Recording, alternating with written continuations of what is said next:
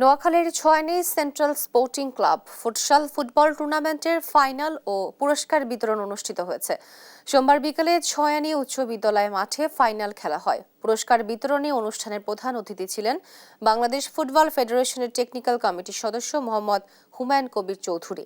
ফাইনালে Kachua friends and family বনাম team 18 গ্ল্যাডিয়েটার্সের মধ্যে নির্ধারিত সময় গোল না হওয়ায় খেলা ট্রাইব্রেকারে গড়ায়। এরপর ট্রাইব্রেকারে 4-2 গোলে টিম 18 গ্ল্যাডিয়েটার্স পরাজিত করে কচুয়া ফ্রেন্ডস অ্যান্ড ফ্যামিলি। টুর্নামেন্টে মোট 28টি দল অংশ নেয়। খেলা শেষে লটারির মাধ্যমে আকর্ষণীয় পুরস্কার বিতরণ করা হয়।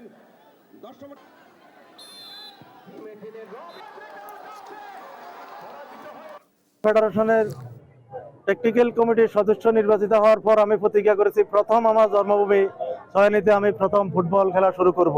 তার এই ধারাবাহিকতায় আজকে আমার ছোট ভাইরা, এলাকার ভাইরা আজকে এটা আয়োজন করেছে। আমি এটাকে উৎসাহিত করার জন্য শুধু ঢাকা থেকে এখানে চলে এসেছি।